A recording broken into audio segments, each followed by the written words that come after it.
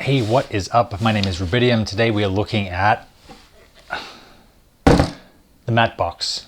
Everyone who's watched behind the scenes of a movie or film, cinema, is familiar with the fact that cinema cameras have this device on the front of it. This one is made by 𝙍𝙬𝙄𝙎. I'll put the link in the description.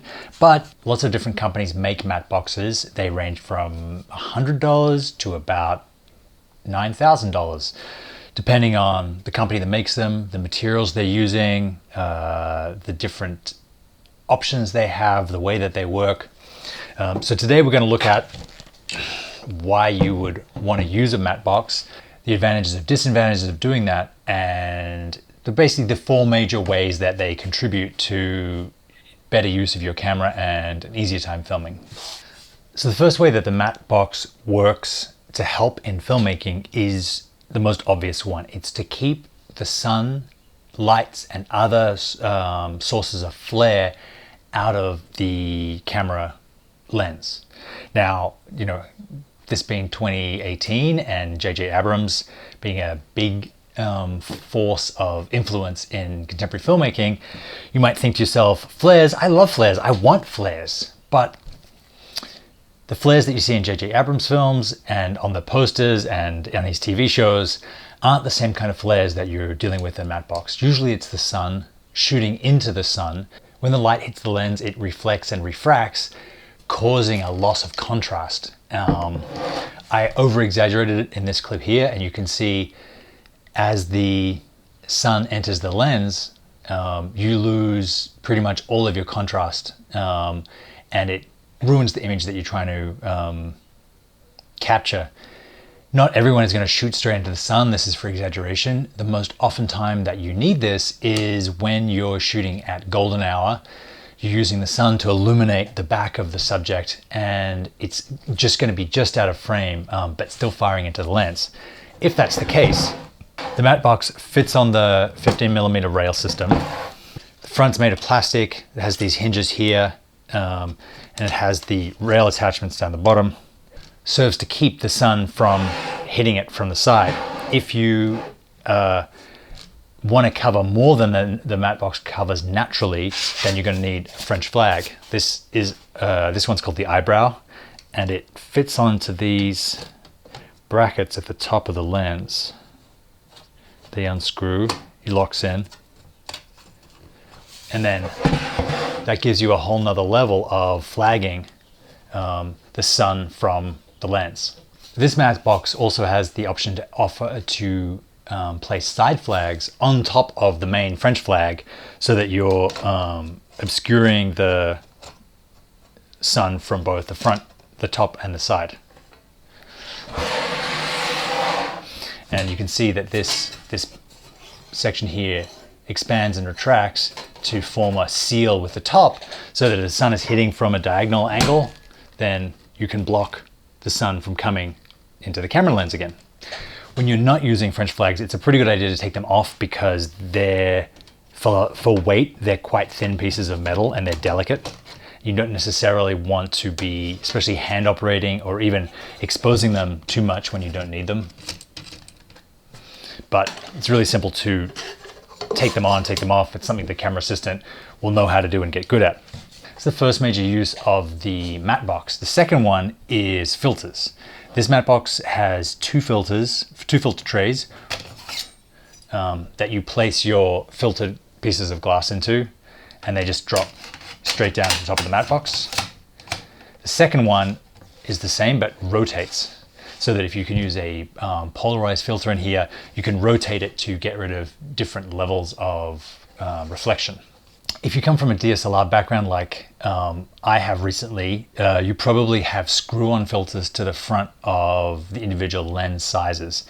Why a matte box is great is because you just buy one size filter, and then it sits in front of whatever other lenses you have, no matter the diameter, no matter the width and radius. So you're able to use one single set of filters for every lens that you have, and it's held securely in the matte box. There's no unscrewing and screwing every time you want to change a filter or take a filter off. You can just pull it or put it in. It also lets you use graduated ND filters, which is something that Ridley Scott made famous. When you're shooting a scene that has a really bright sky, sometimes it's advantageous to get a filter that's graduated, so it's dark at the top, light at the bottom with a fade through it, and a matte box like this allows you to use that graduated filter and adjust where the graduated area sits so that it can track on the sky, and again lets you use it with all of your lenses at the same time. Third major use of a matte box is to protect the lens. Without the matte box, the lens, and this is a Canon 85mm cinema prime, it only costs about $400, but if you shoot a lot of digital cinema or 35mm, you know that lenses can be tens of thousands of dollars, and having that as the first point of contact, should the camera fall, should the camera get bumped, is really asking to damage something that's very, very expensive. With the matte box on the front of the camera, the matte box becomes the first point of contact, and yes, you may damage the matte box if the camera drops from the tripod, like happened to a friend of mine. You may even break the filter in the matte box that you have. But it becomes super unlikely that you actually damage the lens itself, because the matte box takes the lens from being exposed right at the edge of your camera system to being protected within the camera system. And I think for that alone, it's worth shooting if you're shooting with good quality glass. The fourth and final reason that I shoot with a matte box is purely aesthetic.